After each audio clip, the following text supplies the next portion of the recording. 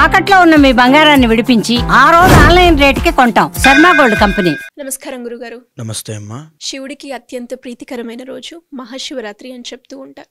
అలాగే ముఖ్యంగా భక్తులు ఆ రోజులు భక్తి శ్రద్ధలతో ఉపవాసం జాగరణ చేస్తూ ఉంటారు. వాళ్ళకున్న పాపాలు అలాగే కర్మలు తొలగించుకోవడానికి పూజలు అభిషేకాలు చేస్తూ ఉంటారు. ఇంతటి విశిష్టమైన ఈ శివరాత్రి జరుపుకోవడం అసలు ఎలా మొదలైంది? శివలింగం ఎలా ఉద్భవించింది? దాని యొక్క విశిష్టత ఏంటి గురుగారు?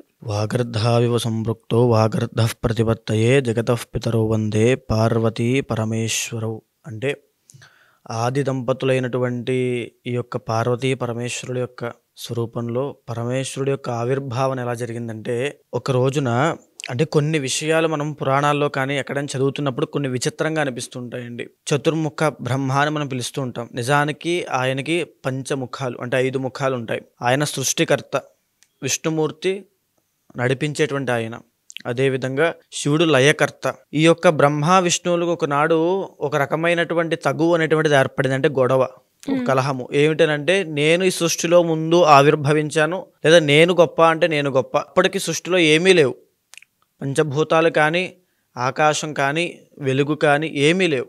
అప్పటికి సృష్టి అంతా శూన్యము, ఒక నిరాకార నిర్వికార పరబ్రహ్మ స్వరూపంలాగా సృష్టి అంతా ఉంది, ఏమీ లేవు ఈ జగత్తులో.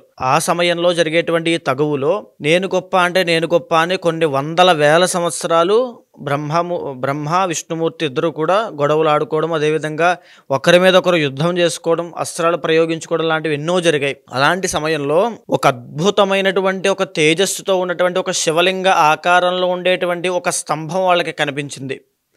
ఇదేమిటి, మనం ఎప్పటి నుంచో మనం కొట్టుకుంటున్నాం, దీన్ని మనం సరిగ్గా గమనించలేదు, నువ్వు ముందా నేను ముందా అని మనం కొట్టుకుంటున్నాం, అసలు మనకంటే ఈ సృష్టి మొత్తంలో ఇది ముందు ఉన్నట్టుగా కనిపిస్తోంది, మనం కొట్టుకుంటున్నాం. ఓకే, ఇది ఎక్కడ మొదలైంది? మనం చూస్తున్నారు వాళ్ళు పైనుంచి కింద వరకు. అది ఎక్కడ మొదలైందో, ఏ బ్రహ్మాండం నుంచి మొదలైందో, ఏ బ్రహ్మాండంలో అంతమైందో వాళ్ళకేం తెలియట్లేదు.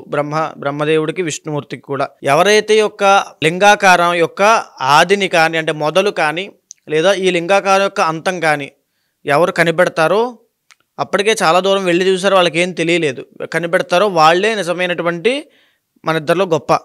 ఓకే అని చెప్పి డిసైడ్ అయ్యారు ఇద్దరు కూడా.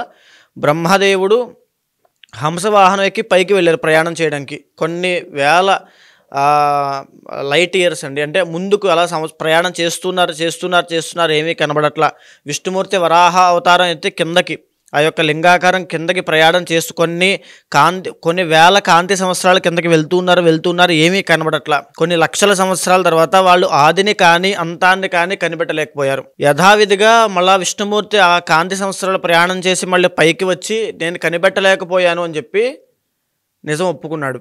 కానీ బ్రహ్మదేవుడు అతని యొక్క అహంకారాన్ని లేకపోతే అతని యొక్క గొప్పతనాన్ని చూపించుకోవడం కోసం ఒక అబద్ధం ఆడాడు. అదేమిటంటే, ఈయన పైకి ఎప్పుడైతే ప్రయాణం చేస్తున్నారో ఆ ప్రయాణం చేసేటప్పుడు పైనుంచి ఒక కేతలి పుష్పం అంటే మొగలి పువ్వు, తర్వాత కామధేనువు అంటే ఆవు, రెండు ఆ స్వామిని అర్చించి కిందకు వస్తున్నాయి. మీరు ఎక్కడి నుంచి వస్తున్నారు అని అడిగితే, మేము ఇలా పైన స్వామిని అర్చించి వస్తున్నాము అని అంటే, అది ఎక్కడ ఉంది అంటే మాకు కూడా తెలియదు, ఆది ఏమిటో మాకు కూడా తెలియదు, మేము స్వామిని భక్తితో ఆరాధన చేసి కిందకు వస్తున్నాము అని చెప్తారు. ఓకే, అయితే ఇలా జరిగింది. విష్ణుమూర్తికి నాకు ఇలా చిన్న తగువు, పై నేను చూశాను అని మీరు సాక్ష్యం చెప్పారంటే తర్వాత నీకు కావాల్సిన బెనిఫిట్స్ నేను చేసి పెడతాను అన్నట్టుగా బ్రహ్మదేవుడు వాళ్ళిద్దరికీ చెప్తే వాళ్ళిద్దరూ ఓకే అన్నట్టు. పుష్పము కూడా అప్పుడు వాటికి చలనం ఉండేది. సో ఇక్కడ మనం గమనించాల్సింది, ఆ రెండు కిందకు వచ్చాయి. బ్రహ్మదేవుడితో పాటుగా విష్ణుమూర్తికి ఈ యొక్క సాక్ష్యం చెప్పాయి బ్రహ్మదేవుడి కోసం. అవును, బ్రహ్మదేవుడు చూశాడని చెప్పి మొగలి పువ్వు చెప్పింది, కామధేనువు తలతో చూశాడని చెప్పింది, తోకతో చూడలేదని చెప్పింది. అంటే సగం అబద్ధం సగం నిజం చెప్పింది. వెంటనే ఏదైతే ఈ డిస్కషన్ అంతా కూడా ఆ యొక్క లింగాకారం, అద్భుతమైన లింగాకారం ముందు, అంటే అది సృష్టి అంతా నిండి ఉంది కాబట్టి దాని ఎదుట జరుగుతోంది. వెంటనే ఏదైతే పంచముఖ బ్రహ్మ అనేటువంటి ఆయన అబద్ధం చెప్పాడో, వెంటనే ఆ లింగాకారంలోంచి కాలభైరవ స్వరూపం, మహోగ్ర రూపం బయటకు వచ్చింది. ఏమిటి, నువ్వు నా ఆదిని చూసావా అని చెప్పి, సృష్టిని సృష్టించేటువంటి నువ్వే ఇలా అబద్ధం చెప్తే సృష్టిని ధర్మం వైపు నడిపించేది ఎవరు అని చెప్పి అబద్ధం చెప్పినటువంటి ముఖము, ఆ నోరు ఉంటుంది కదా, ఆ ఒక ముఖాన్ని తీసి స్వామి ఖండించేస్తారు. కాలభైరవుడు ఖండించి ఆ మొగలి పువ్వుని శాపం పెడతారు. నువ్వు అబద్ధం చెప్పావు కాబట్టి ప్రపంచంలో ఈ సృష్టి ఉన్నంతకాలము కూడా నీ పుష్పాలు ఏ పూజకి పనికిరావు, నువ్వు పూజకు పనికిరాని పువ్వు అని చెప్పి శపిస్తారు. అదేవిధంగా ఆవుకి కూడా, కామధేనువుకు కూడా తలతో అబద్ధం చెప్పావు, తోకతో నిజం చెప్పావు కాబట్టి నీ యొక్క తలభాగాన్ని ఎవరు పూజించినా వాళ్ళకి ఇబ్బందులు చేకూరుతాయి, నీ తలభాగాన్ని ఎవరు స్పృశించినా వాళ్ళకి ఇబ్బందులు చేకూరుతాయి. కానీ నువ్వు తోకతో నిజం చెప్పావు కాబట్టి నీ పృష్ఠభాగాన్ని కనుక ఎవరైనా పూజ చేస్తే వాళ్ళకి అద్భుతమైన ఐశ్వర్యాలు కలుగుతాయి అని చెప్పి వరం ఇచ్చారు, శాపము ఇచ్చారు. అదేవిధంగా ఆ సమయంలో ఏదైతే కాలభైరవుడి యొక్క అంశ బయటకు వచ్చిందో అదే మాఘ బహుళ చతుర్దశి అర్ధరాత్రి 12 గంటలకి స్వామి ఆ సమయంలో ఆవిర్భవించినటువంటి ఇది. అందుకనే మనం ప్రతి సంవత్సరం మాఘ బహుళ చతుర్దశి నాడు మహాశివరాత్రిగా పూజిస్తుంటాం. సో కాలభైరవుడు అని అంటే అత్యంత శక్తివంతమైనటువంటి స్వరూపం అండి. మనలో క్లేశములు, మనలో ఎన్ని నెగిటివ్ థింగ్స్ ఉన్నా, ఉదాహరణకి మనకెవరో చేతబడి చేశారు అని అనుమానం ఉంది. నిజానికి అనుమానమే ఒక నిజమైన చేతబడి అండి. చేతబడి చేయాల్సిన పని లేదు, అనుమానమే ఒక చేతబడి. తరువాత ఏదో ఒక జ్వరం వస్తోంది, ఏదో ఒకటి, లేకపోతే మీ అంతటి మీరే ఒక రకమైన డిప్రెషన్కి, యాంగ్జైటీకి, ఓవర్ థింకింగ్కి, కోపానికి గురవుతున్నారు అనుకోండి. ఒకటే సింపుల్ సొల్యూషన్, కాలభైరవ అష్టకాన్ని ప్రతిరోజు చదవండి. పొద్దున్న, మధ్యాహ్నము, సాయంత్రం 3 పూట్ల కూడా కాలభైరవాష్టకాన్ని చదివితే దరిద్ర నాశనం అయిపోతుంది. దరిద్రము అనేటువంటి పదానికి అర్థము నెగిటివ్ థింగ్స్ అండి. మనలో ఉండే కోపమైనా, మన ఓవర్ థింకింగ్ అయినా, మన యాంగ్జైటీ అయినా, మన డిప్రెషన్ అయినా, ఇవైనా అవ్వచ్చు. మన చుట్టూ ఎవరైనా మనం చెడగొట్టే వాళ్ళు ఉంటే, లేదా మనకి ఏదైనా ఇబ్బంది చేయాలనుకుంటూ ఉన్న వాళ్ళు ఉంటే, వాళ్ళందరికీ కూడా ఆ నెగిటివ్ థింగ్స్ అనేది మనకి దూరం అయిపోతాయి, వాళ్ళందరూ దూరం అయిపోతారు. కాలభైరవ స్వరూపం అంత శక్తివంతమైన స్వరూపం.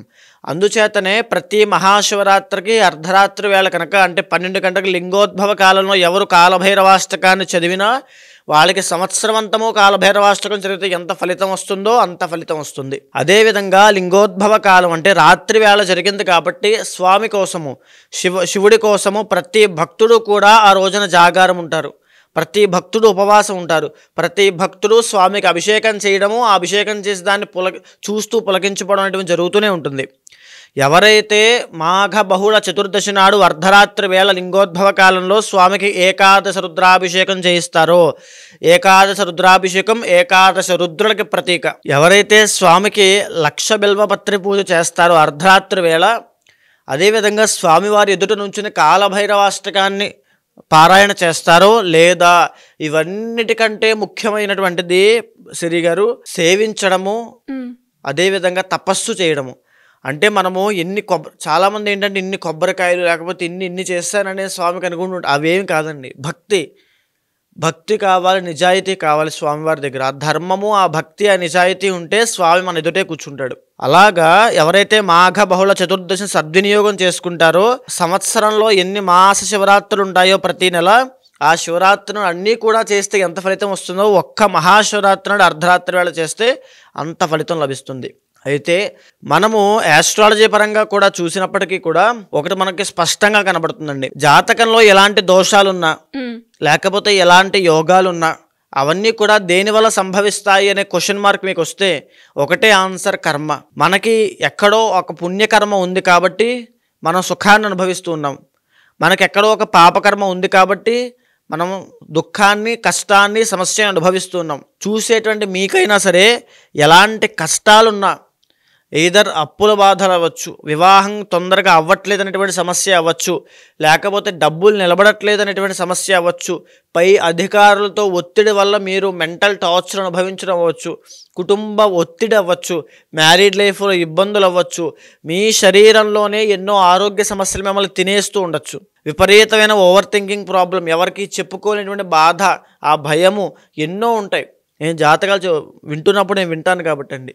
డబ్బులు మీరు ఎక్కడో ఇన్వెస్ట్ చేస్తారు, అంటే మీరు ఎవరికో అప్పుగా ఇస్తారు, పాపం సహాయం చేద్దామని ఇస్తారు, కానీ డబ్బులు తిరిగి రావు. మీరు ఇక్కడ తినడానికి కూడా తిండి లేని పరిస్థితిలో ఉన్నప్పటికీ కూడా వాళ్ళ దగ్గర డబ్బులున్నా వాళ్ళు ఇవ్వరు. అది కూడా ఒక రకమైన కర్మే, మీకు తెలియకపోయి ఉండొచ్చు అంతే.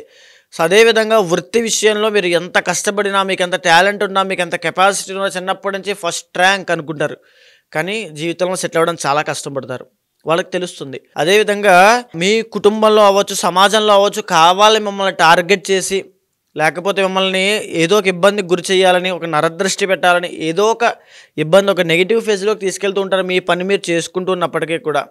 దానికైనా అదేవిధంగా మీరు భగవంతుడి దగ్గర కూర్చుని నాకు ఈ జీవితం వద్దు, స్వామియే నాకు కావాలి అనేటువంటి అంత డిటాచ్మెంట్, అంత వైరాగ్యంలోకి వెళ్ళిపోయినటువంటి మీరు మళ్ళా ఈ మాయలో పడి భగవంతుడి మీద ఆసక్తి కూడా కోల్పోయి, అసలు దేవుడి మీద ఇంట్రెస్ట్ కూడా లేకుండా, పూజల మీద ఇంట్రెస్ట్ కూడా లేకుండా, దేవుడే లేడు అనేటువంటి హేతువాదము లేదా నాస్తికత్వం అనేటువంటి పేరుతో ఎన్నో ఇబ్బందులు, మీ మానసిక అలజడి అని మీకు తెలుస్తుంది. ఇది కూడా ఒక కర్మేనండి.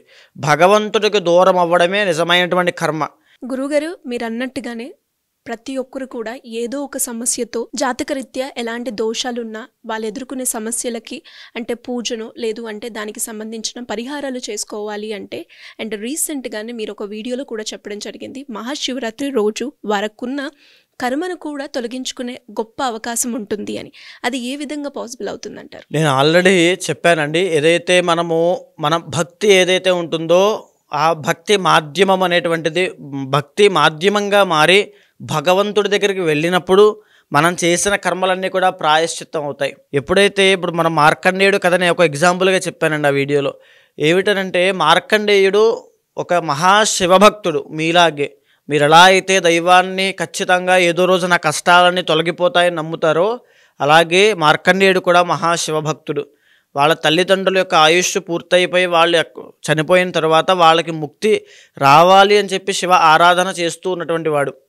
ఆయనకి కూడా దురదృష్టవశాత్తు కర్మ మూలాన బాల అరిష్టగండంతో జన్మించడం వల్ల 8 సంవత్సరాలకే ఆయుష్ ముగిసిపోవడం వల్ల ఆయనకి ఆయుష్ యమధర్మరాజు రావడము, ఆ శివుడికి అర్చన చేస్తున్న మార్కండేయుడు బయటికి రానైనా నీ ఆయుష్ అయిపోయింది, నువ్వు బాలరిష్టగండంతో జన్మించావు, నీ ఆయుష్ ఇంతే ఈ జన్మకని చెప్తే నేను రాను, నేను శివ ఆరాధన చేయాలి. నిజానికి ఒక్క మాట ఆలోచించండి, యమధర్మరాజు అంతటి స్వరూపము ఎదుట నుంచున్నప్పుడు ఎవరికైనా నోట్లోంచి మాట వస్తుందా? మీరు కూడా మీ ఇంట్లో భగవంతుడికి అర్చన చేస్తుంటారు, పూజ చేస్తుంటారు, లేకపోతే శివ గుళ్ళోకి వెళ్ళి పూజ చేస్తుంటారు. ఒక ఫోన్ వస్తే పక్కకి మనకి డైవర్షన్ అయిపోతాము.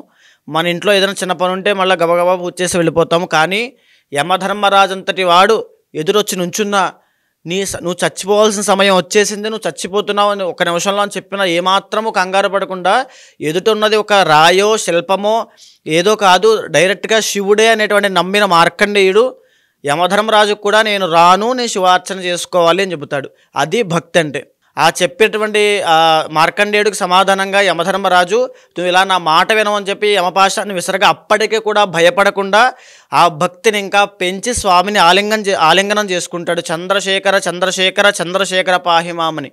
వెంటనే శివుడు వస్తాడు, ఎడంకాలతో యమధర్మరాజును ఒక్క తన్ను తంతాడు. ఒక్క మాట గుర్తుపెట్టుకోండి, ఇక్కడ యమధర్మరాజు అంటే మనం చేసిన కర్మ అని అర్థము. మార్కండేయుడు అంటే నువ్వైనా నేనైనా మీరైనా జీవుడు. ఆ జీవుడి స్వరూపం మార్కండేయుడు. ఆ పరమేశ్వరుడు అంటే ఏదైతే శివుడు ఉన్నాడో ఆయన భగవత్ స్వరూపం, మన భక్తి అని అర్థము. ఎప్పుడైతే ఈ జీవుడు భక్తితో ఒక స్వామిని కానీ ఒక మంత్రాన్ని కానీ ఒక పూజను కానీ నమ్మి మనసా వాచా కర్మను ఆచరించినప్పుడు ఆ భక్తి ఆ కర్మని ప్రాయశ్చిత్తం చేస్తుంది, మనం ఉన్నటువంటి దోషాలని తొలగిస్తుంది. మార్కండేయుడు చిరంజీవి అయినట్టుగానే మీరు కూడా మహదైశ్వర్యవంతులు అవుతారు. ఈ ఫిబ్రవరి 26వ తారీఖున నేను చేసేటువంటి కర్మ ప్రాయశ్చిత్త రుద్రతంత్రంలో పాల్గొనండి. ఎవ్వరు ఎలాంటి కష్టాలతో అనుభవిస్తున్నప్పటికీ కూడా ఈ కార్యక్రమంలో పాల్గొన్న ప్రతి ఒక్కరికి ఆ రోజు తరువాత నుంచే తక్షణమే మీ సమస్యలన్నీ తొలగించబడతాయి. ఆ రోజు లింగోద్భవ కాలంలో స్వామివారి యొక్క సేవ చేయండి. మీకు కనిపించే నెంబర్కి కాల్ చేయండి, వారు పూర్తి డీటెయిల్స్ మీకు అందిస్తారు. తప్పకుండా పాల్గొనండి, మీ కర్మని ప్రాయశ్చిత్తం చేసుకోండి. ధన్యవాదాలు గురుగారు. నమస్తే అమ్మా.